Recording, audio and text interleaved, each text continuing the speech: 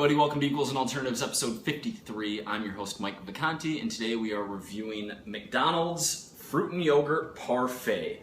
And the Times Square McDonald's actually didn't serve the large, so we have two smalls, which really, this is nothing. This is like 4 bites of yogurt here. Yogurt layered with fruit with yogurt. A small is half a serving of a large, so 150 calories each here, equal to 75 jelly beans.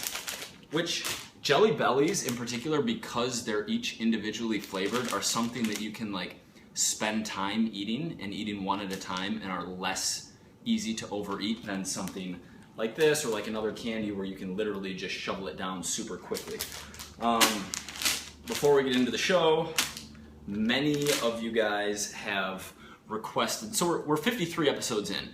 If you have watched a good chunk of these episodes, you get it, right? Like, you count your macros, you know how to count macros, you look at nutrition labels when you're at the store, and a lot of this is maybe a little bit repetitive for you, and I don't want that to happen. So, while the core of the show is going to be the same, comparing 2 food choices, actionable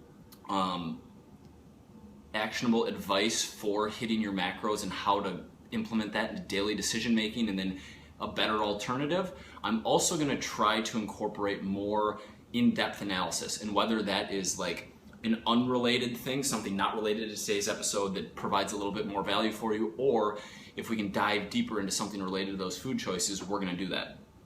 Today I want to talk about Yohimbine HCl, which is a supplement that aids in stubborn fat loss. So if you are a guy in 12-13% body fat and trying to get super lean, or 19-20% you're a woman and you're stalling out, it's a supplement that might make sense for you to take it to the next level. It originally came from the bark of a specific type of tree, but is actually just manufactured in a plant. It isn't for people. So the first thing you want to do, right, is get your diet and training in order. And this supplement isn't something you want to take if you are just starting in a calorie deficit. You're going to be able to make progress in a relatively small deficit, eating a decent amount of food. But once you get to a point where you're starting to stall out, this is something that might make sense. So, as many of you know, I don't do hardly any cardio at all, partly just because I'm more comfortable taking calories lower if I stall out, and partly because I just don't love it. Because I have started using Yohimbine with a few clients of mine, I just didn't feel comfortable prescribing it, recommending it, whatever, based on research alone without personal experience. So this morning was the 3rd time I've tried it, and the other 2 times I went, you want to take it fasted, you want to take it with at least 120 to 150 milligrams of caffeine, so a small cup of coffee will do that.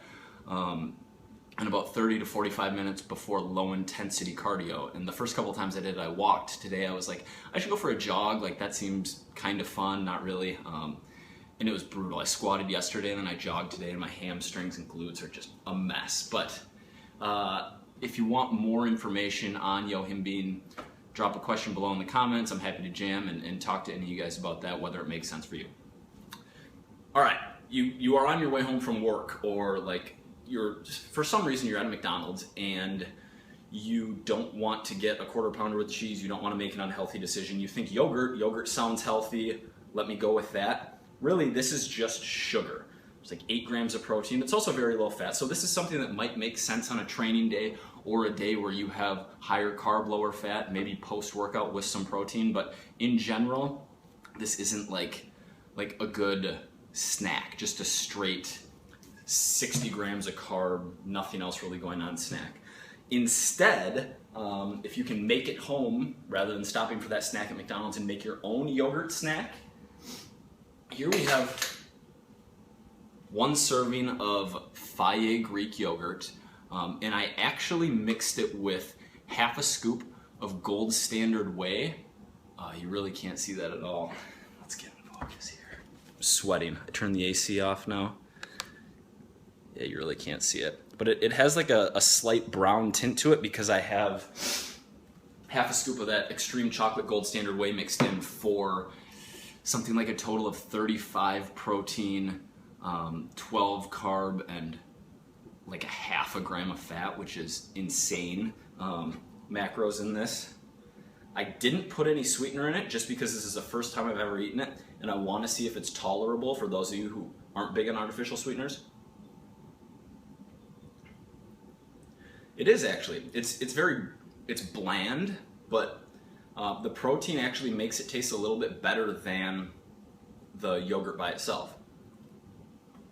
If you want to put a little sweetener in, I have Truvia here. I really like Sweet and Low Splenda. I don't really care what you use. I don't see a huge difference between them based on all available research.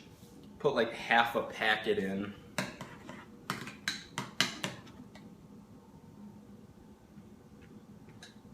Which sweetens it up a lot. So for a 35 protein, hardly any tag-along carbs and fats snack, this is really good. Another thing you can do rather than putting the protein in there, if you're not struggling to hit your protein for the day, is you can put like blueberries or blackberries or raspberries or strawberries, some kind of fruit in there. Mango would probably be good to keep it high carb, high protein, low fat. Question of the day.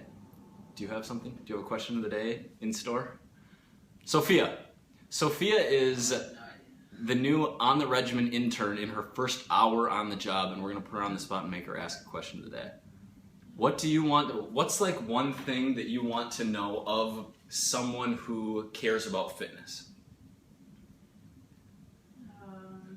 What's your favorite workout to do? What is your favorite style of training? What's your favorite workout to do? I like that.